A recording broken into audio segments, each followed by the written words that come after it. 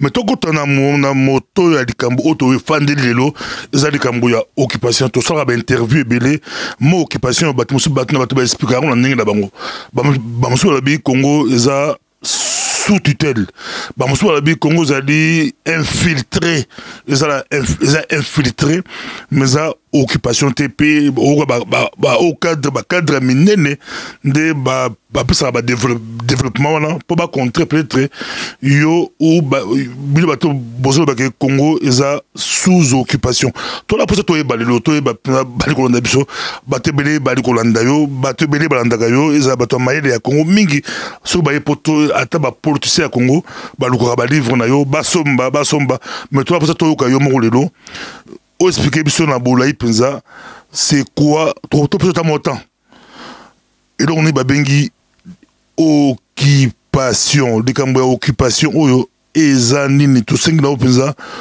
o expliquer biso o expliquer ba congolais o expliquer peuple congolais et donc nini bazobenga occupation pour débat oyo eza moi matata mais yo pesa biso penza explication il y a malamu sur occupation pour birobi et pour to benga na Kabila na mboko d'abord il faut to sikola to libérer mboka na biso na peso maloba sur ba critique basara sur l'occupation. Merci mingi pasteur Bobo ndenge pesingai temps na mekana ko limbola bana mboka na ko mekana lo ba bena lingala parce que ezai problème etali biso bana mboka na mekana ko limbola to yebelo ko nini occupation ngai na ko loba simplement occupation te to loba problème ya occupation pe dans ba combat ya occupation pe combat ya démocratie mais occupation ezali nini et le ko nini yo ba lobaka occupation.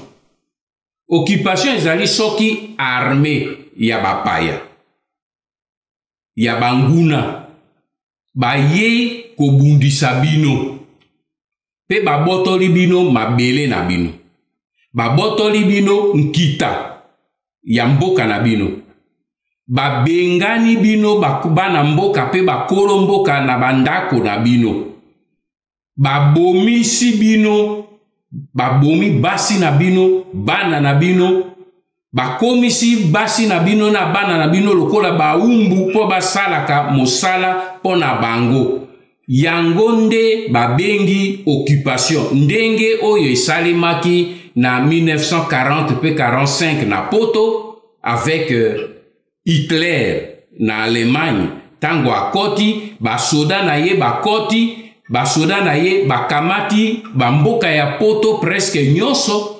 bakamati omoni bapie musée omoni lelo ti bazokende ko récupéraka ba objet d'art ba musée bakei nango ba banque bazwi ba or bakei nango ba biloko na bango ya kita basi na bango baze ko violer et ainsi de suite tala yango wana babengi occupation c'est-à-dire mboka mosusu baye ko fanda na mboka na bino pe babandi ko diriger mboka na bino na place na bino tandis que il faut na fungola pe moi parenthèse moke pour totambola parallèlement. Tandis que le bazolo ba problème est à démocratie. Démocratie ezalaka soki bozali na kati ya mboka bino na bino bana mboka mopaya aza na kati te.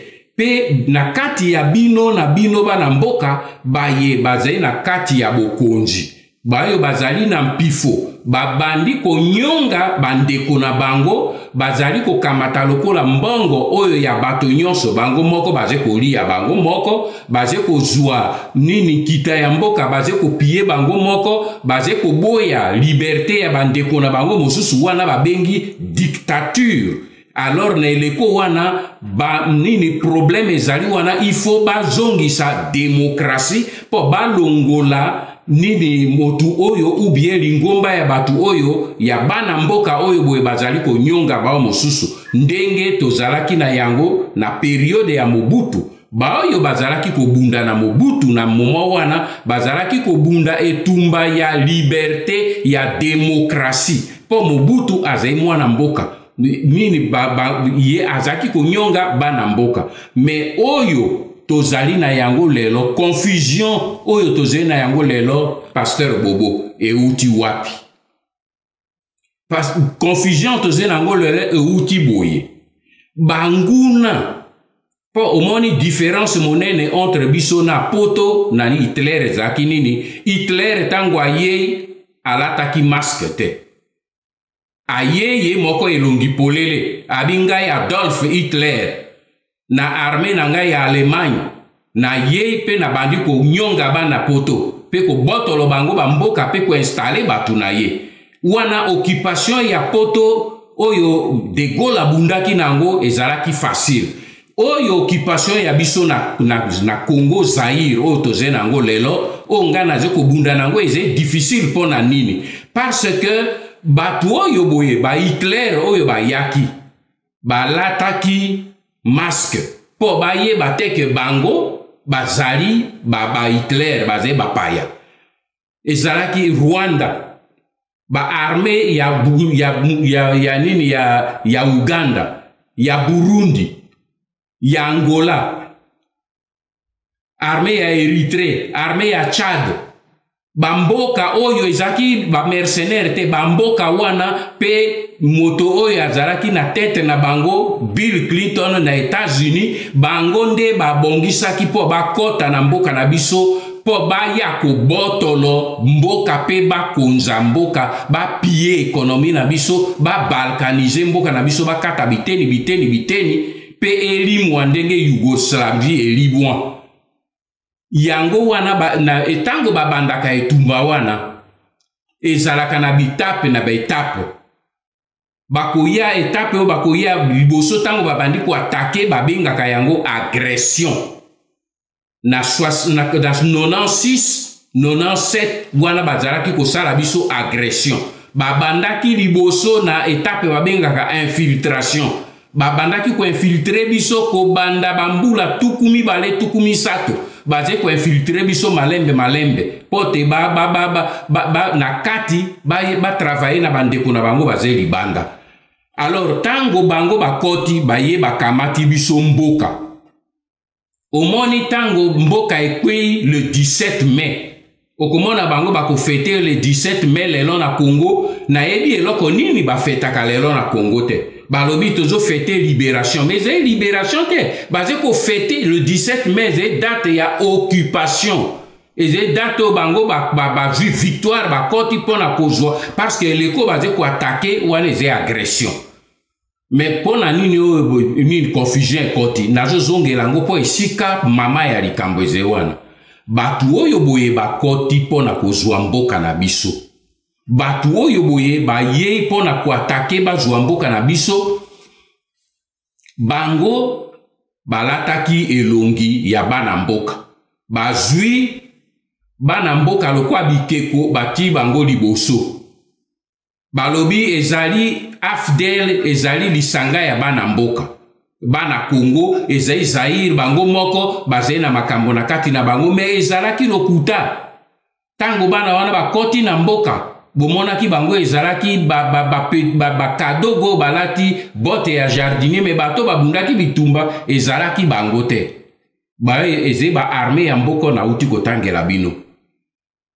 Mais sikoyo boye eloko nini ekosalema tango bango bakoti na mboka motu oyo bango ndeko na biso oyo bango bazwaki étiquette Laurent Désiré Kabila bandeko na ngai boyo kangai bien esika wana Laurent Désiré Kabila o bango bakosaki ke yende mokonzi ya rébellion aye koyebisa biso polele ke mokonzi ya bitumba wana ezalaki yete ezalaki bango ba Rwandais ba Ugandais bango nde bazalaki batu oyo baye na bitumba ayebisi biso vérité pe vérité wana tango ayebisi alobi yango polele tozali na nini na témoignage na ye malamu to yokaka pe yango. Enfin, l'expansion territoriale est une autre motivation. L'empire Hima-Tutsi a besoin de territoires, de terres congolaises. Et vous savez que nous ne sommes pas d'accord. Je viens d'apprendre ici, que vous n'êtes pas d'accord non plus. Alors, c'est cette guerre qu'on nous impose est une guerre injuste. Nous devons la dénoncer. Nous sommes venus la dénoncer parce qu'il y avait une duplicité dans l'attitude de beaucoup de pays de la communauté internationale. Vous savez, même si le progrès est déjà fait pour reconnaître que nous sommes victimes d'une agression, mais cette attitude est tellement molle, elle n'est pas énergique. C'est une attitude qui ne va pas jusqu'à l'exigence de... Parce que vous avez reconnu, ils l'ont fait eux-mêmes, que vous êtes sur le territoire congolais et personne ne vous y a invité. Retirez-vous. Cette exigence est importante dans notre cas. Il faut rappeler que ce sont des pays membres de l'ONU, membres de l'OUA, qui, avec leurs armées, ont envahi la terre congolaise. Dans le cas de Koweït, tout le monde sait, on n'a pas demandé aux Koweïtiens de discuter avec les Irakiens. Nous avons vu, tous, une armada pour aller rétablir l'ordre. Dans notre cas, on vous dit négocier avec l'agresseur.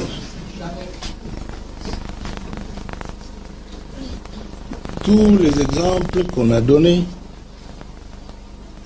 dire à une victime de quoi, dans le croc de crocodile, de négocier avec le crocodile qui veut le dépiécer, ce n'est quand même pas de l'indulgence de la communauté internationale.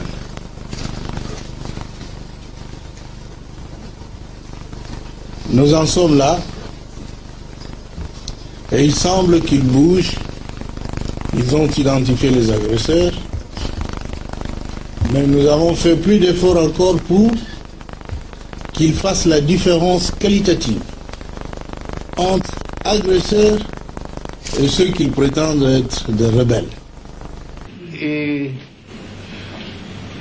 ils ont eu donc des Congolais par la corruption, ceci, cela. Ils l'ont fait marier à la sœur de James, à une Tutsi, directement. Il a abandonné sa femme à Kinshasa. Oui, il a abandonné sa femme à Kinshasa avec les enfants. Vous voyez encore le problème avec les Congolais. C'est grave. Il nous laisse beaucoup de problèmes. Il est là et maintenant il crie qu'il veut venir. Hein? Bon, le voilà devenu un chef de guerre de la rébellion. Et ils sont allés ramasser tous les autres rebus que vous connaissez. Les Tambo et Mwamba, les Zaïdi Ngoma, l'autre est là, Londa Boululu, Wamba Diawamba. Et vraiment une kermesse de gens, en tout cas corrompus et inutiles. Pardon, le Bizimakara, qui était mon ministre des Affaires étrangères, que je croyais congolais.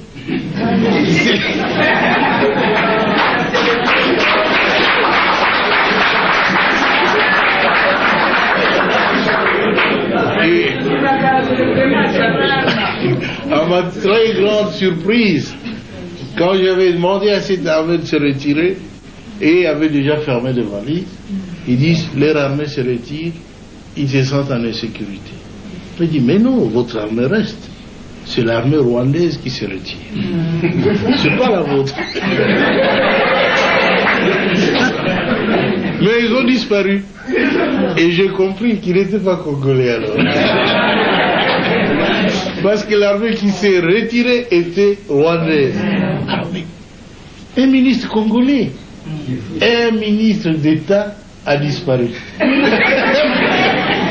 ministre des Affaires étrangères a disparu. J'ai dit, nous étions infiltrés alors. Infiltrés au sommet de l'État. Alobi yango polele ndenge lokwa boyoka yango pe bojo yoka yango alobi nini alobi bato yontoye na bango na kanisaki keze bandeko na biso me bazali bapaya me abukaki lokuta ayebaki ke bazali bapaya me lokoso ya mbongo lokoso ya libumunde elekaki ya kanisaki ke bakotika ye metango amoni ke eleko ba utiliser ye balingi banyonga na yende atomboli mongongo. Mais alobi biso au moins la vérité. Alobi bato ba ye ezai ngai te, ezai nde bapaya. Bandeko na ngai esuki wana te. Bato oyo boye bayaki kuatake biso. Kagame, Museveni, James Kabarebe. Bango moko bandimi na kati ya ba document officiel oyo ba interroger bango ke bango nde bato ba atakaki mboka na biso pe baskamati ba congolais epai na epai batimwa esika moko po bango bayebana te.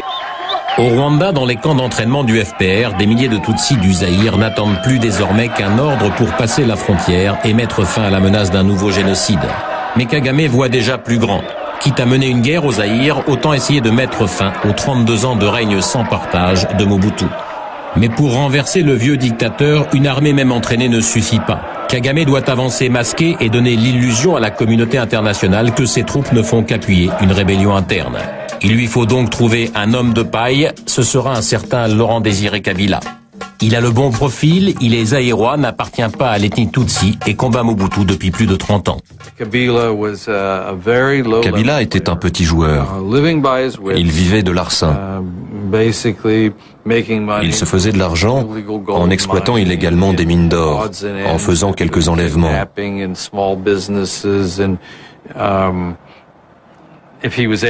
Il persuadait les Chinois ou d'autres qu'il menait une révolution pour leur soutirer un peu d'argent.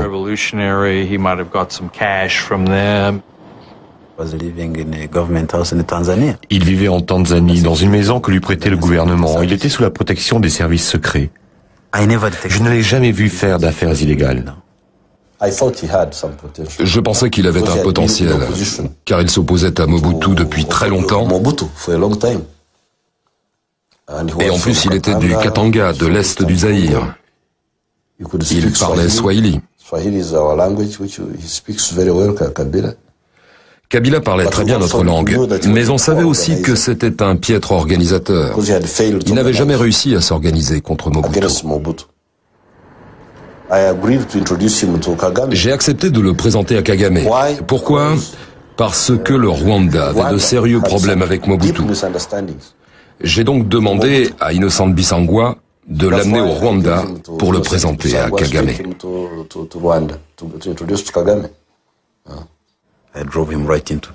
Je l'ai conduit à Kigali. Je savais où aller. Je connaissais le bureau du vice-président et les gens qui travaillaient avec lui. J'ai vu Kagame et je lui ai parlé de Kabila. Il ne le connaissait pas du tout. Innocent nous a expliqué qui était Kabila. Et Kabila nous a fait un résumé de son histoire. Où il était allé, qui il était, des choses comme ça. Et l'on s'est dit qu'il y avait une possibilité qu'on travaille avec lui.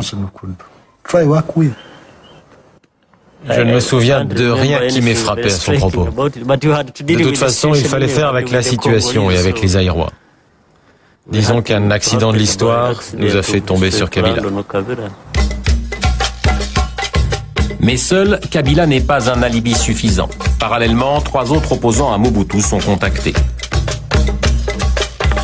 Deogracias Bouguera, un Tutsi zaïrois du Nord Kivu, créateur dans les années 1990 de l'Alliance démocratique populaire.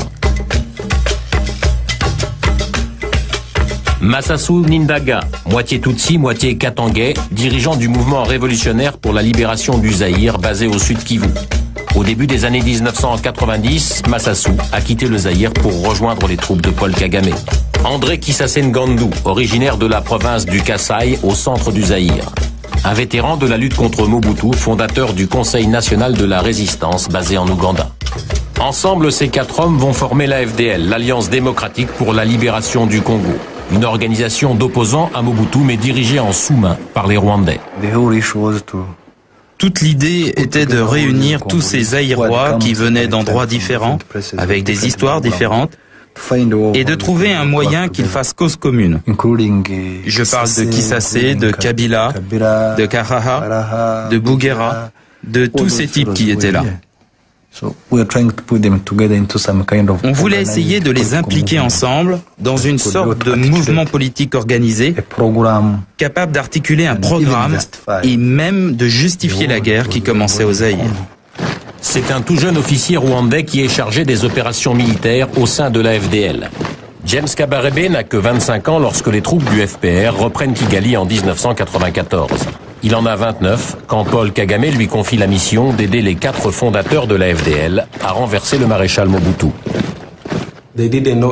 La plupart d'entre eux ne se connaissaient pas. Il fallait donc qu'un Rwandais qui les connaisse soit présent pour faire les présentations. Ce jour-là, dans le bureau de James Kabarebe, je suis arrivé le premier avec mon équipe de l'ADP. Et après, il y a une jupe militaire qui est arrivée avec 2 hommes. D'abord, c'était Kabila. C'était la première fois que je le voyais physiquement. J'ai vu un homme qui était en sandales, un vieux, mais qui semblait boiter, avec une tête rasée. Mais je me suis dit, c'est lui, Kabila. J'ai introduit l'ordre du jour, c'est-à-dire la libération du Zaïre et la guerre contre Mobutu. Ils étaient contents. Je pense qu'ils étaient contents de s'être rencontrés. Quand nous avons décidé de rassembler ces Zaïrois pour faire la guerre, c'était pour qu'ils combattent avec nous leur gouvernement. C'est-à-dire celui qui supportait les miliciens et les soldats de l'ancienne armée rwandaise. Mais c'était aussi pour que tout ça débouche sur des changements en profondeur au Zaïre.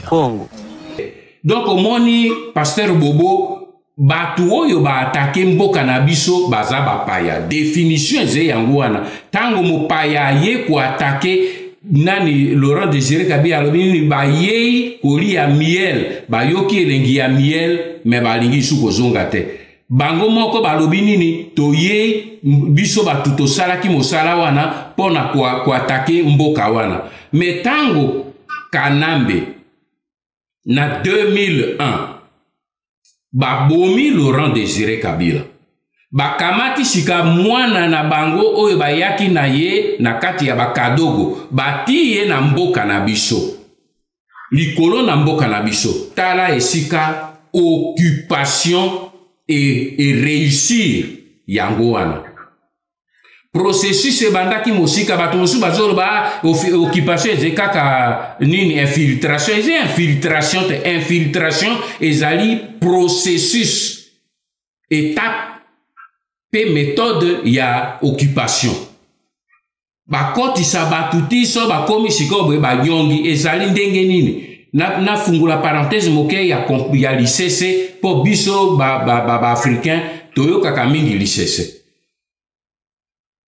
Démocratie ezali lokola tata na mama batikeli bino ndako batikeli bino biloko bozali bino na bino bana me yaya na bino alingi azwa biloko wana nyonso mpo na ye moko eloko nini kosalema pasteur Bobo bokobunda meme na kati ya nini bokosimba meme yaya obi jamais biloko ya biso nyonso kabola yango malamu me bokobengana ete mpo ye mpe azali mwana ndako.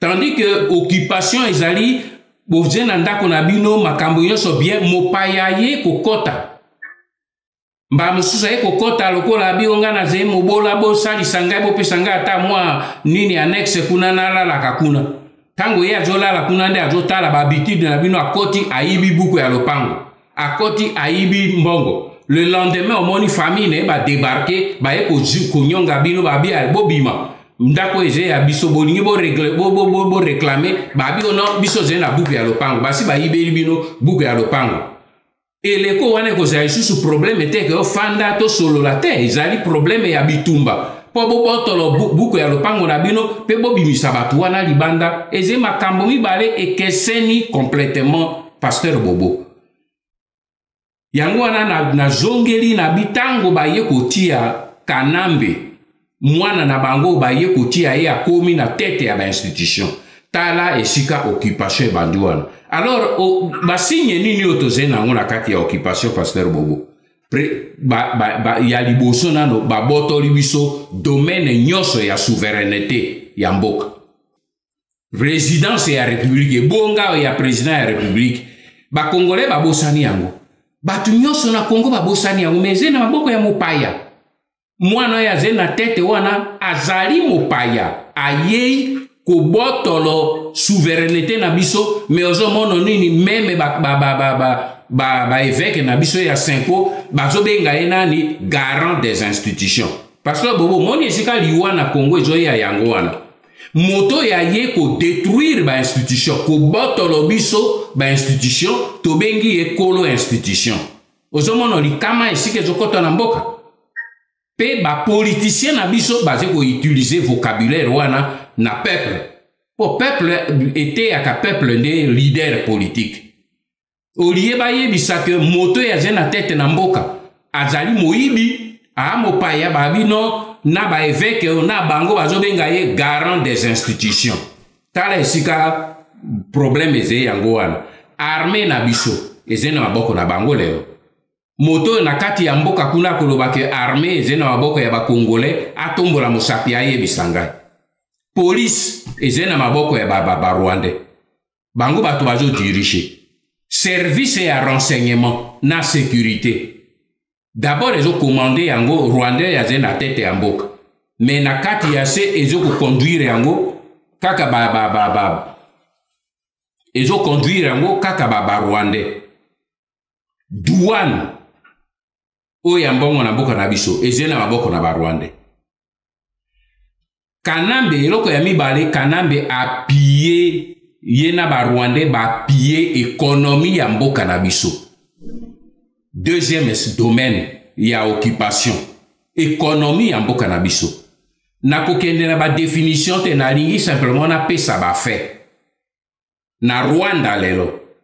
Rwanda komi exportateur ya or alors qu'il y a or te, exportateur ya diamant alors qu'il y a diamant te, exportateur ya coltan alors qu'il y a na putulu ya ba coltan o ya koki ko exporter te. Nyoso wana ezali nini kita o ya mboka na biso yango moni na lobaki occupation soki ba soda wana ba koti ba kwimboka ba kopie biloko na bino. Mboka na biso ezokufa nzala. Bana na biso bazo tambola bolumbu mais mbongo oyo or kita na mboka na biso ezokende sika na Rwanda. Rwanda komi exportateur ya or ya diamant ya coltan. Gaz oyo ya lac Kivu eze exploité na Rwanda. En 2008, j'ai écrit un article dans le New York Times. In 2008, I wrote an article in New York Times.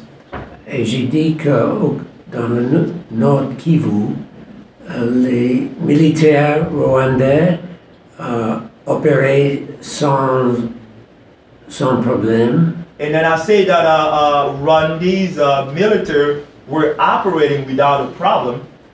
Et les hommes d'affaires rwandais passaient à Nord Kivu pour prendre les minerais. And then businessmen from Rwanda, they were going through Kivu getting mineral resources. Et les milices contrôlées par les Rwandais contrôlaient les populations et par les autorités congolaises. And the militia were controlling the people in that area by the Congolese government. Donc j'ai tiré la conclusion que de facto le Nord Kivu était sous contrôle de Rwanda et pas sous contrôle de Kinshasa. And then from that point on, I put up a conclusion say that Kivu is controlled by Rwanda and not by Kinshasa. Et au point de vue de contrôle de ressources, je crois que c'est toujours le cas. And to the point of controlling the resources, I think it's still the same. Un exemple pour suivre notre ami Patrick, il y a une société américaine qui vient d'annoncer qu'ils vont faire une raffinerie de coltan au Rwanda. And then, for example, just like Mr. Patrick alluded, there was a company from the United States who was going to take charge to refine coltan in Rwanda. Et ils ont annoncé que Rwanda c'est le plus grand exportateur de coltan dans le monde. They even say that Rwanda is the biggest exporter of coltan in the world. Et je me demande comment ils peuvent dire ça quand il n'y a pas de coltan au Rwanda. And I'm saying to myself, how can they say that when they know that there's no coltan in Rwanda? Donc ils trouvent le coltan quelque part. It means that they go dig coltan somewhere else. Donc ça, ils prennent le coltan au Kivu. That means they take coltan in Kivu. Et je ne vois pas de contrôle congolais sur cette sortie de coltan. Donc Kivu est toujours, si ce n'est pas contrôlé par Rwanda, c'est partagé avec Rwanda. And from that point on, Kivu is still controlled by Rwanda. If it's not totally controlled by Rwanda, it's being shared with Rwanda. Soki otali na kati ya Kinshasa lelo ba PME, c'est-à-dire petite et moyenne entreprise, oyo ezalaka na maboko ya bazaïrois dans les années 90, 80. Ozaki comment ba société minene ezalaki ya bazaïrois. Lelo yoboye nyonso PME mobimba eze banani ba indo-pakistanais, ba chinois, ba libanais, mais bato ba libanais wana petala ba vidéo bino moko bozomona baze ko beta bana na biso chinois zo beta congolais na kati ya ville ya Kinshasa lokola nyoka pe moto ya kotombola mungungu azate pona nini po ba chinois wana ba libanais wana nyonso baze protégé par ba rwandais obengi yango nini pasteur Bobo occupation. Ouganda, deuxième pays occupant, a outi ko inauguré raffinerie à Wolo. Alors qu'il y a une quantité mobimba baebi que Ouganda a une quantité ya or ya ko raffinete. Bango moko balobi eze or o yezu tepe na biso. Kilomoto na ba gisement ya or wana Kanambe apesa yango na ye na ni Museveni na deux autres chefs d'État africains basés na kati na kotanga bango ba kombote. Mabele o ya biso e kominde ya bango pétrole o ya lac Albert o ya biso nyonso ya zo ko exploiter. Douane na frontière na Uganda nyonso ezali contrôlé par ba agent ya douane ya Uganda. Drapeau ya Uganda ezo flotter na mboka na biso, monnaie na Uganda shilling bazo li yango na mboka na biso. Or drapeau na monnaie ezali ba signe ya souveraineté. Alors bozo koluka prévenir oyo balingi ba yebisa bino destruction ya nini ya ba école na biso. Po bana na biso ba koma ba abruti. Ba Rwandais bazo kosala destruction ya écologie. Bu moya mboka penza écologie. Tozo bunda bitumba wana mai o ya mabele ya mai ya biso ya Congo. Mai o ya Congo ko banda na ubangi kuna Kanambe abongisi po atekisera ba Tchadien pe atekisera ba Égyptien po ekende ko renflouer lac Tchad pe ekende ko renflouer la nini fleuve Nil po ebikisa barrage ya Assouan. Bongo biso barrage o ya biso ya monene otoze nango ya Inga pe baze na projet ya kosala Inga 3 soki bateki mai wana ba Inga wana nyonso ekufi soki bateki mai wana nini zamba o ya biso ekufi. Or bandeko na ngai meme na niveau ya ONU yango no moni na komelaki bakonzi ya mikili mikanda pona yango parce que bassin ya fleuve Congo na bassin ya fleuve ya Amazonie ezeli kola nini patrimoine ya humanité po ezali poumon ya humanité po zamba wana nde ezeko bimisa ba oxygène ezeko permettre encore po nini po planète na biso epemela bien.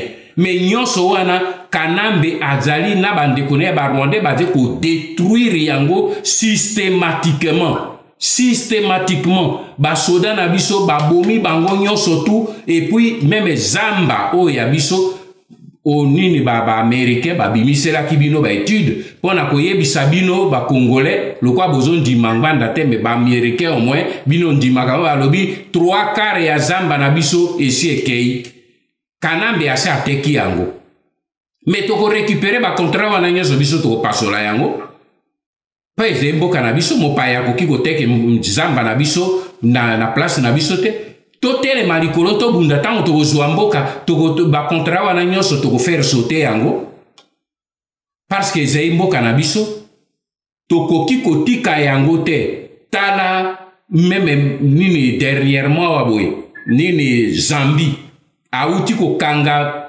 17 tonnes ya bois rouge bois moko ya talo ba chinois bazo kata yango epe na biso moto ya koloba zate ba memi ezoko bima moto ya koloba zate ba zambiende ba ke ko bloquer yango babino bois eboye boze na droit ya ko bimisa yango te pe bo bimisa yango illégalement pona nini po mboka na biso congolais aze esusu te pe yango na zomona lelo bazo ko luka na bato ya ba mafia libanda balingi ke za sendenge wana yango na bazo memela bino kaka bapaya bati Kanambe na ba Rwandais bakoya bazwi Katumbi baye na ye Zambien po bino bana mboka bozala na contrôle ya mboka na bino te bandeko na ngai komba yo ngai na komene ti liwa na ngai avec ba patriote yango wana pasteur Bobo occupation ezali boumbu so na koki koloba occupation ezali boumbu eze ba botoli bino mboka ba lelo na nini na est 2 millions ya ba congolais ba bengana bango na bandako na bango ba boma ba mwami epe na biso bati ba mwami bati ba chef coutumier ya ba Rwandais alors yo congolais bolingi basalela bino schéma nini au mona un intellectuel congolais a telemi pe aze ko rigoler pona ba bien nganda parle trop nini l'occupation il y en a pas c'est seulement l'infiltration mais soko yebi français te loba na lingala parce que infiltration c'est pas l'occupation l'infiltration est des processus ya occupation mais occupation ngana pesia wa ba fait ye langai ba fait contraire lobi non ngana loko lobi PME ezena boko na ba Congo armée ezena boko na biso nini or ezokenda na Rwanda te biso moko ba tutozo commercialiser or ezokenda na Uganda te raffinerie ya Uganda ezo osala or pesa ba fait contraire pona nini un congolais oyo aze na molimo pe makila ya Congo na nzoto na ye aze komono makambo ya ndenge boye pe ala la pongi pe ce qui est plus grave atele mekazo sala vidéo pona koloba ki makambo bazolo bela bino eze ya lokuta pasteur Bobo etumba tozo buna ya occupation yango wana pe na kosala campagne wana na bandeko oyo ya ba patriote sanzo ya mitano tozo kende campagne na campagne po ekota na bongo ya bibandeko na biso ya bana Congo ya peuple congolais balata kanda po soulèvement salema pe tosi sabitumba toze nango nazongi serio maloba pasteur Bobo